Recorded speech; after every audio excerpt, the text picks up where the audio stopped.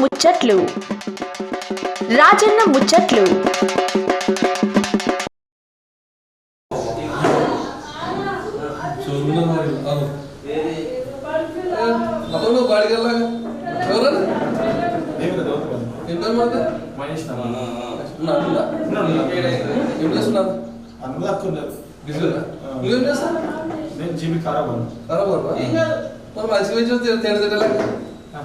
సోకా పెళ్ళైదా కదా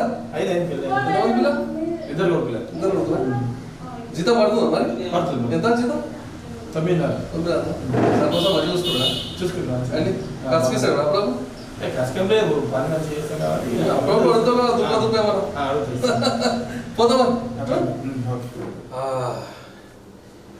ఏం రాదన్నా ఇక్కడ వినగిపోదంటారు కదా ఇక సోషల్ గారు బోర్డు దౌలతాబాద్ అని చెప్పి దౌలతాబాద్ అంటే చాలా దౌలతాబాద్ ఉంది ఎక్కడ అనుకుంటున్నారు మన సిద్దిపేట జిల్లా సిద్దిపేట దౌలతాబాద్కి వచ్చిన ఇక దౌలతాబాద్ మండలి వెళ్ళిపోతారు మళ్ళీ ఇక అన్న పేరు వచ్చేసి రమేష్ మేడం పేరు వచ్చేసి అనురాధ ఇక మహిళా రిజర్వేషన్ వచ్చిందని చెప్పేసి మేడం లేవిటండి అన్న రమేష్ అన్న లేవిటందుకు మంచి భారీ వేసులు గెలిచారు గెలిచినాక ఎటువంటి కార్యక్రమాలు చేస్తారు ఏం కథ ఇక అవన్నీ అడిగి తెలుసుకున్నాము ఇక ఇంకోటి ఏంటంటే రమేష్ అన్న దళకర్ములాకి ఇక వచ్చినానుకో ఇక కథం కాల్ చేయకుండా ఇట్లా సోషల్ యాక్టివిటీస్ అంటారు కదా బాగా చేస్తున్నాడు అన్న అన్ని దగ్గర తెలుసుకోమండి పిల్లలు మబ్బిగా కెమెరా అనేది నమస్తే మేడం నమస్తే బాగున్నా సార్ కథలాగా ఇష్టం సార్ మస్తు ఉన్నది ఏనాది మెత్తగా ఉన్నది ఆయన ఇంత కడక్కున్నది ఏడ పడుతున్నావు సార్ టైలరేనా అది కానీ మంచిగా ఏమన్నా కరెక్ట్ సెట్ అయినా కుట్టుకున్నావు ఇక నాకు పడిపిస్తాము తప్పనిసరిగా దొరుకుతాయి కదా మన అయితే ఇప్పుడు మీ ఊరికి వచ్చిన ముచ్చటికి మరి సులువు చేస్తాం సార్ నేనంటే తెలుసుకొని వచ్చిన మరి మా వ్యూయర్స్ మీ గురించి చెప్పాలి మరి నమస్తే నా పేరు ఎం అనురాధ దౌలతాబాద్ రిజర్వేషన్ మహిళా రిజర్వేషన్ రావడంలో 2020లో నేను గెలుపొందినాను భారీ మెజార్టీ తోటి గెలుపొందినాను అందరూ సార్ మరి రాజకీయ ప్రశ్న ఎట్లా సులువు సార్ వెంకట్కి మన కుటుంబంలో రాజకీయం చేస్తే మీరే వచ్చిన రాజకీయంలో వెనకటి నుంచి మా కుటుంబంలో ఎలాంటి వారసత్వం లేదు రాజకీయంగా చెరుకు ముత్యం రెడ్డి గారు ఫస్ట్ ఎమ్మెల్యేగా పోటీ చేసే క్రమంలో ఇక్కడికి ప్రచారానికి వస్తే అతనితో మాట్లాడడం జరిగింది. ఎందుకో ఆయన మాటలు నాకు చాలా ఆకర్షితమే. ఆయన వెంబడే ఆయన ఎక్కడ ఉంటేనే అక్కడ ఆయనతోటే ఉండి నా బిజినెస్ నేను చేసుకుంటూ ఆయన చెప్పిన దారిలో నడుచుకుంటూ ఆయన ఏదైతే ఎంత గట్టి సంకల్పంతో ఉన్నాడో దాని మాదిరిగా నేను కూడా అదే మాదిరిగా నా వర్క్ నా వృత్తి నేను చేసుకుంటూ టైలర్ పని చేసుకుంటూ బట్టల షాప్ పెట్టుకుంటూ నడిపించుకుంటూ మళ్ళీ ఆయనతోటి పూర్తిగా కాకుండా నాకున్న పరిజ్ఞానంతో నాకున్న ఒకటి మంచితనంతో బాగా మినిస్టర్ అయినా కానీ ఆయన మొత్తం మీద ఎంత చేరదీస్తాడో. కానీ పూర్తిగా పొలిటికల్ నేను ఇన్వాల్వ్ అవ్వకపోతే ఇప్పుడు కూడా అప్పుడైనా కానీ పొలిటికల్ అనేది నేను పూర్తిగా నా బిజినెస్ నేను చేసుకుంటా.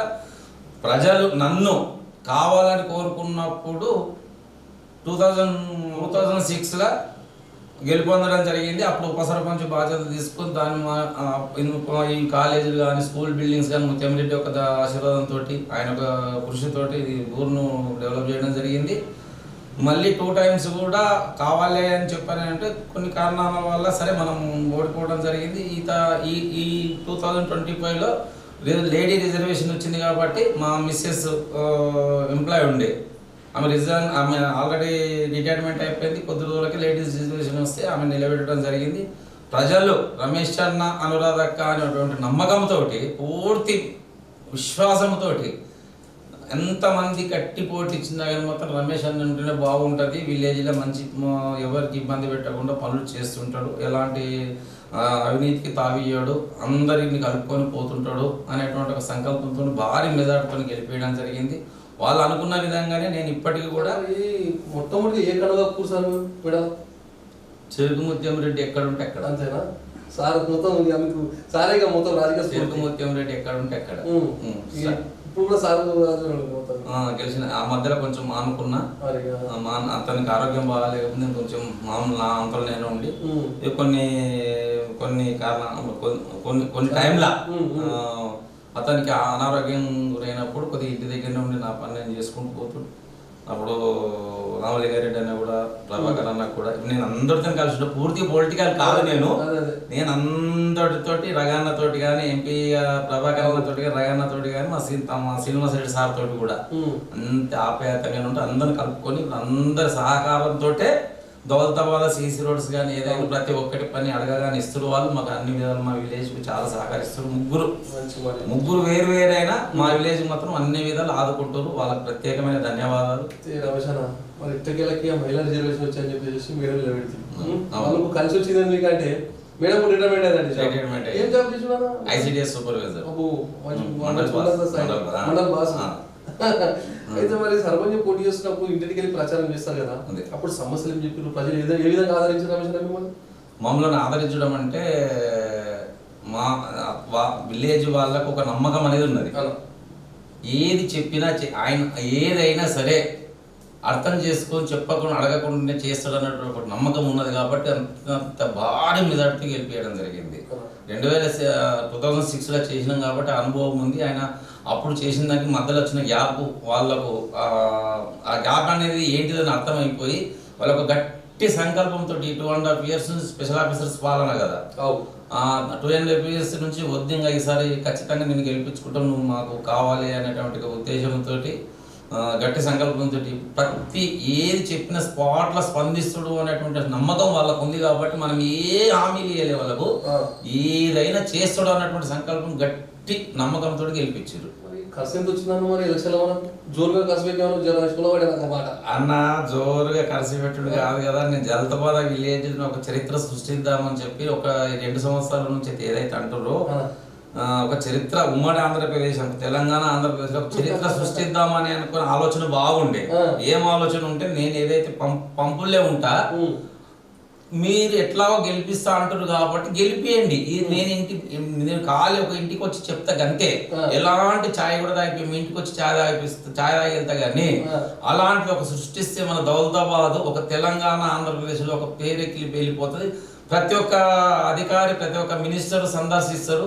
మనకు అప్పుడు ఇంత డెవలప్ అంటే అంత డెవలప్ అయితే ఈ రోజులల్లా ఇలాంటి ఓటర్స్ కూడా ఉన్నారా, ఇలాంటి నాయకుడు కూడా ఉన్నాడా అనేటువంటి ఆశ్చర్యమైన గెలుపు కోసం ప్రయత్నం చేద్దామని ప్రతి ఒక్కళ్ళకు వినబెట్టించడం జరిగింది. అయ్యో అట్లా అని కొంతమంది ఆపోజిట్ వాళ్ళు కొంతమంది ఏదో కొన్ని ఇది చేసుకొని చేస్తే అలాంటప్పుడు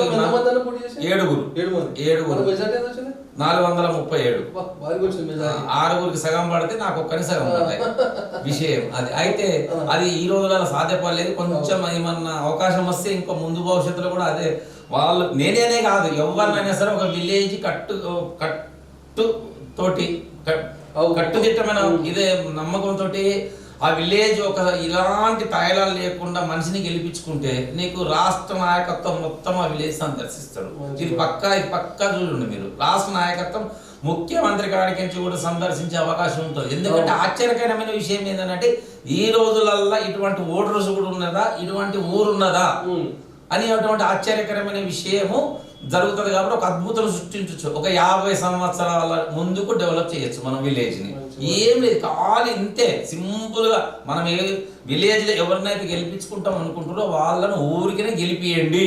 ఇనానిమేస్ అంటే అందరికి తెలుసు, ఏదో తాయిలాలు ముడితే ఇనానిమేస్ అవుతుంది. కానీ నేను పోటీ ఉండాలి. ఏదైతే ఒక మంచి వ్యక్తి ఇదికనే కాదు, మీ మీడియా ద్వారా నేను తెలియజేసేది ఏందనగా ప్రతి ఒక్క విలేజ్ ఆలోచన చెయ్యాలి. ఎలాంటి ఇది లేకుండా ఒక నాయకుడు మంచి ఉన్నతమైన వ్యక్తిని గెలిపిస్తే ఊరు చాలా బాగుంటుంది. అందులో ఇంకొకటి ఏంటంటే ప్రతి సర్పంచ్ జోబు నుంచి ఖర్చు పెట్టుకొని ప్రభుత్వానికి ఎదురు చూపులు అనేటువంటి ఒక బాధలతోటి ఇప్పుడు ఈ 10-15 ఏళ్ల నుంచి అదే జరుగుతుంది. అంతకుముందు ఈ మాదిరిగా లేదు. ఇలాంటి కొంచెం ప్రభుత్వం కూడా సహకరించి సర్పంచుల బాధలు అర్థం చేసుకొని ఏదైతే ఖర్చు పెట్టిన ఆడిట్ ఉంటే అవన్నీ చూపించుకొని దానికి ఏంటంటే రిలీజ్ చేస్తే బాగుంటుంది అని మేము మీ ద్వారా గవర్నమెంట్ మా ముఖ్యమంత్రి గారికి విన్నవించడం జరుగుతుంది. దౌలతాబాద్ విలేజ్లో గెలిచిన రోజు నుంచే తాగునీటి సమస్యకు ప్రత్యేక ప్రాధాన్యం ఇవ్వడం జరిగింది. ఎక్కడైతే బోర్లు ఉన్నాయో మోటార్లు లేవో అక్కడ మొత్తం కొత్త మోటార్లు ప్రతి ఒక్క దగ్గర కొత్త మోటార్లు తీసుకొచ్చి ఫిట్ చేయడం జరిగింది. వాటర్ ట్యాంకుల దగ్గర కూడా ఎప్పుడైనా మిషన్ భగీరథ అందుబాటులో ఏదన్నా మరమ్మతు కారణంగా ఆగిపోతే ఇమ్మీడియట్లీ మోటార్ల ద్వారా నీళ్ళు ఎక్కించి విలేజ్ పబ్లిక్ సౌకర్యార్థం చేయించడం జరుగుతుంది. అట్టి పరిస్థితుల్లో కొంత కరెంట్ ఏమైనా ఇబ్బంది పెట్టినా కానీ మాత్రం ట్యాంకర్లతో నీరు సరఫరా చేయడము. రెండోది లైట్స్, పైప్ లైన్స్ వేయడం జరిగింది. ఏదైతే ఒక 15 సంవత్సరాల నుంచి పెండింగ్ ఉన్న గేట్ వాల్స్ కానీ లీకేజీలు కానీ అలాంటి కంప్లీట్ సరి చేయడం జరిగింది. అది ప్రతి ఒక్క విలేజ్లో ప్రతి ఒక్కరికి తెలుసు. అది ఈ మధ్య కాలంలో ఏమైందంటే పైన మౌలి కప్పులు పైన వేసుకుంటూ మౌలిలు జామ్ అయినందుకు పూర్తిగా ఇదైపోయి పాడైపోయినందుకు గజ్వేల్ నుంచి ఒక ఇటాచి తెప్పించి ఆ ఇటాచి ద్వారా మోరీలు కంప్లీట్ డ్రైన్ తీయడం జరిగింది. మా సీసీ రోడ్లు మా ముగ్గురి నాయకులు మా Srinivas Reddy sir, Prabhakar sir, Raganna sir అందరి సహకారం వలన మా ఒక 40-50 లక్షల సీసీ రోడ్లు వేయడం జరిగింది. డ్రైన్స్ ఇంకా కొంచెం సీసీ రోడ్లు ఉన్నాయి. అవి మాకు గవర్నమెంట్ తరఫున మాకు శాంక్షన్ చేస్తే ఇంకా కొంచెం విలేజ్ని ఇంకా కొంచెం అందంగా తయారు చేస్తామని చెప్పని మహిళా శిశు బిల్డింగ్, మహిళా సంక్షేమ బిల్డింగ్ ఒకటి శాంక్షన్ అయింది. అది త్వరలోనే స్టార్ట్ చేస్తున్నాము.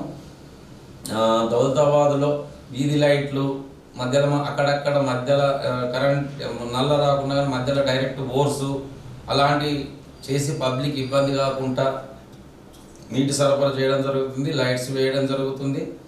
దయచేసి మీ మీడియా ద్వారా ఒకటే మేము రిక్వెస్ట్ చేసేది ఏంటంటే విలేజ్ వాళ్ళకు ప్రతి ఇంటికి నల్ల బిగించుకుంటే నీటి సమస్య ప్రతి ఇంట్లో నీటి సమస్య ఉండదని మీ ద్వారా నేను వాళ్ళకి విజ్ఞప్తి చేస్తున్నాను.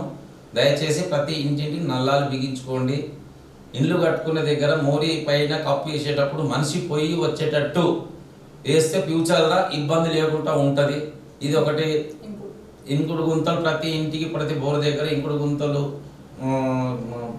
తయారు చేసుకునేటువంటి ఇది చేసుకోండి. మరి గతంలో కేసీఆర్ సార్ ముఖ్యమంత్రి ఉండి 10 సంవత్సరాలు తెలంగాణ రాష్ట్రం. ఇప్పుడు మన రేవంత్ రెడ్డి సార్ వచ్చింది. వాళ్ళు ఒక డౌట్ ఏంటంటే మీ దగ్గర ఇప్పుడు ముగ్గురు ఉన్నారు. ఎమ్మెల్యేనేమో బీఆర్ఎస్, ఎంపీ ఏమో బీజేపీ, పైననేమో కాంగ్రెస్. మరి ఈ పాలకులు చెప్తా ఉన్నారు తేడా. పాలకులు అంటే ఇంక అది ఎవరైనా అదృష్టము అనుకో. ఇక కానీ విషయం ఏంటంటే ఏదైనా ఎప్పుడు ఏ ప్రభుత్వము ఉన్నప్పుడు ఆ ప్రభుత్వం వాళ్ళు మేము మంచిగా చేస్తున్నాం అని చెప్పినట్టు ఉద్దేశంతోనే పోతున్నారు. కానీ ఒక్కటి మాత్రం దయచేసి మేము గత పరిపాలనలో ఒక 15 సంవత్సరాల గత పరిపాలనలో ఎలాంటి ఎవరు గెలిచినా ప్రతిపక్షం గెలిచినా మిత్రపక్షం గెలిచినా ఎవరి బడ్జెట్ వాళ్ళకే ఉండే, ఎవరి పనులు వాళ్ళకే ఉండే. ఆ తర్వాత కొంచెం మార్పులు చేర్పులు చేసి కొంచెం ఇబ్బందికరమైన విషయం అయింది. ఇప్పుడు కూడా ఏమవుతుందనంటే అపోజిట్ ఎమ్మెల్యేలు గెలిస్తే ఫండ్స్ అక్కడ ఆగడము. రెండవది ఏ కాన్స్టిట్యున్సీలో ఏ పనులున్నాయి ఆ పనులకే అసెంబ్లీకి పోయి ఆ పనుల నిమిత్తము చర్చించుకోవాలి. కానీ మీ స్వార్థాల గురించి నువ్వు అప్పుడు అది చేసినావు నేను ఇప్పుడు చేసినటువంటి ఒక టైం వేస్ట్గా సరిపోతుంది అసెంబ్లీ తప్ప. దానికి వాళ్ళని వీళ్ళు మాట్లాడుకుంటూ వీళ్ళ మీద వాళ్ళు మాట్లాడడం అలాంటిది కాకుండా ఏరియా వైజ్ డెవలప్మెంట్. ఇప్పుడు మాకు 15 సంవత్సరాలు అవుతుంది జంగపల్లి టు దౌలతాబాద్ రోడ్ కావాలని. 15 సంవత్సరాల నుంచి మొర్రోని బతుకుంటే కూడా దానికి ఇంతవరకు మోక్షం లేదు. చాలా ఒక 10-20 గ్రామాలకు మంచి సౌకర్యార్థం ఉంటుంది. జంగపల్లి రోడ్ అని దౌలతాబాద్కు 5 కిలోమీటర్న్నర ఉంటుంది. అలాంటి కొంచెం విన్నవిస్తున్నాం. మేము దయచేసి ప్రతి ఒక్క ఎమ్మెల్యే కానీ కాన్స్టిట్యున్సీ ప్రతి ఒక్క ఇన్ఛార్జ్ ఎవరైనా కానీ మండల్ కాన్స్టిట్యున్సీ అవసరాలను దృష్టిలో పెట్టుకొని తలా ఇంత చేసి పోటీ పడి పనులు జరిపిస్తే పబ్లిక్ ఇబ్బంది కాకుండా మంచి నాయక లక్షణాలు అందరూ గుర్తు చేసుకుంటారు. మాట్లాడుతాను మరి ముందు మన దౌలతాబాద్ గ్రామంలో చేయబోతున్న కార్యక్రమం ప్రభుత్వ సహకారంతో తీసుకుంటూ మాకు దౌలతాబాద్ విలేజ్లో ఇంతవరకు జీపీ బిల్డింగ్ లేదు. దాని ప్లస్ గురించి ప్రయత్నం చేస్తున్నాం. ప్లస్ దొరకంగానే శాంక్షన్ ఇస్తామన్నారు. మా ప్రభుత్వం నుంచి శాంక్షన్ ఇస్తామని చెప్పారు. ఆ ప్లస్ దొరకగానే జీపీ బిల్డింగ్ స్టార్ట్ చేస్తాము. ఇప్పుడు వివో బిల్డింగ్ వచ్చింది. ఒకటి మన పశు యంత్రానికి ఒకటి నిన్ననే ప్లేస్ చూడడం జరిగింది. రెండవది ఏంటంటే పిహెచ్సి బిల్డింగ్ ఒకటి శాంక్షన్ ఉంది. మాకు నేను వాగ్దానం చేసిన దాంట్లో ఏమున్నదంటే 24 hours వైద్య సదుపాయం ఉండాలి. ఇంతకుముందు ఉండే, అది మళ్ళీ ఎందుకే మా మధ్యలో మానుకూల ఆపరేషన్స్ కూడా అయినాయి. చుట్టూ 25-30 కిలోమీటర్ల మధ్యలో ఉంటుంది హెడ్ క్వార్టర్ దౌలతాబాద్. కాబట్టి మాకు ఒక డిగ్రీ కాలేజు మరియు 24 అవర్స్ హాస్పిటల్, మాకు ఆ సౌకర్యం సహకారం అందించాలని మేము ప్రభుత్వాన్ని మా ముఖ్యమంత్రి గారికి విన్నపం చేస్తున్నాము. దౌలతాబాద్ ముందు ఈ చుట్టూ 30-40 కిలోమీటర్లు ఉంది, మరీ సెంటర్లో ఉంది. కాబట్టి ఒక డిగ్రీ కాలేజ్ చేస్తే పిల్లలకు చదువుకోవడానికి చాలా సౌకర్యంగా ఉంటుందని చెప్పి మేము ఆశిస్తున్నాము. ముందు ఇంకా మాకు డ్రైన్స్, సీసీ రోడ్స్ అలాంటి కొన్ని మాకు మీ గవర్నమెంట్ ద్వారా శాంక్షన్ చేయిస్తే మాకు చేసినటువంటి ఖర్చులో కూడా ఎటువంటి ఆప్షన్ లేకుండా అమౌంట్లు వచ్చేటట్టు ఏర్పాటు చేస్తారని చెప్పి గవర్నమెంట్ మా ముఖ్యమంత్రి గారికి మా అందరికీ మేము విజ్ఞప్తి చేస్తున్నాం. దయచేసి విలేజ్ అన్ని విధాల డెవలప్ చేస్తాం కాబట్టి మాకు సహాయ సహకారాలు అందించి మమ్మల్ని ముందుకు తీసుకువెళ్ళగలరని విజ్ఞప్తి చేస్తున్నాం. ఇక్కడ దౌలతాబాద్ మోడల్ స్కూల్ దగ్గర తెలంగాణ పబ్లిక్ స్కూల్ శాంక్షన్ అయింది. అది శాంక్షన్ అయింది కానీ ఇప్పుడు ఈ సంవత్సరం కాకుండా వచ్చే సంవత్సరం స్టార్ట్ అవుతుంది. దానికి సర్వే కూడా చేయడం జరిగింది. ఏది బోర్డు సర్వే కూడా చేయడం జరిగింది.